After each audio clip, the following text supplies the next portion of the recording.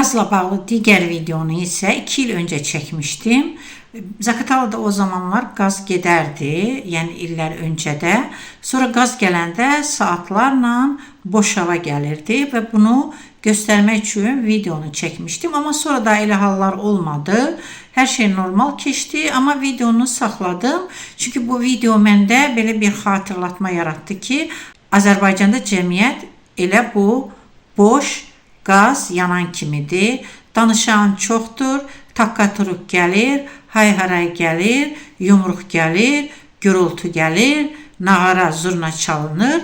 Amma müsbətə doğru dəyişən bir şey yoxdur. Çak edirsən birinci, bu iqtidardır. İqtidar yalan və rüşvət üzərində qurulubdur. Sovetdən qalan sistemdir və yalan, hər cür yaltaqlığa və hər şeydən də əsas bütün sahələrdə qohumbazlıq, tayfabazlıq hökm sürür.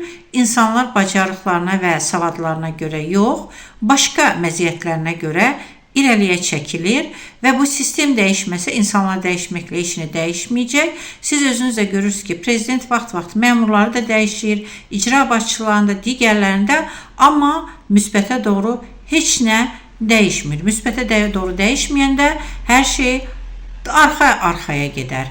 Və ikinci çak.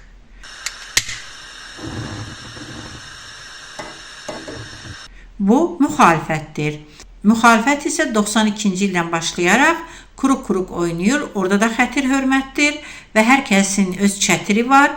Onun çətiri altına gəlməyənləri ignor edir, linçləyirlər və sonra çətiri altında olanları da müdafiə edə bilmirlər. Və bizim tənbəl çoxluq, veriyim, ört yatım deyən çoxluq gözləyir ki, hansı ağatlı olan gələcək və onları xilas edəcəkdir. Halbuki bu qəhrəmanlar, dırnaq içində olan bu qəhrəmanlar özlərini müdafiə edə bilmirlər dara düşəndə. Çoxluğu bu cəmiyyəti necə müdafiə edəcəklər? Orada bir başqa cür yalan və xətir hörmət hökm sürür. Çak.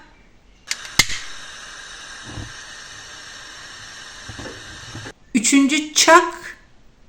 Bu cəmiyyətdir. Bu müxalifət də, bu iqtidar da bu cəmiyyətdən, bu cəmiyyətin çoxluğundan doğur. Çoxluğun düşüncəsi dediyim kimi hər şeyi başqasından gözləyir ki, kimsə gəlib onun hətta şəxsi həyatda da problemlərini kimsə bunu qaydaya salacaqdır. Yaxud da kimsə olmalıdır ki, bu özünü tatmin olunmuş, yəni təmin olunmuş hiss etsin və hətta kimlərinsə gəlib onları xoşbəxt etməsini gözləyir. Və cəmiyyətdəki çoxluq dəyişsə, onların düşüncəsi dəyişsə ki, tarix boyu bütün xalqlarda dəyişimi çoxluq edibdir.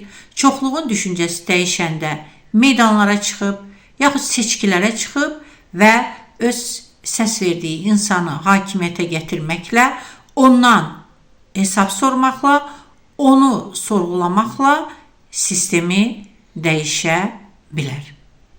Hələlik isə çak-çak baş ağrıdır, dəyirman isə öz bildiyini edir.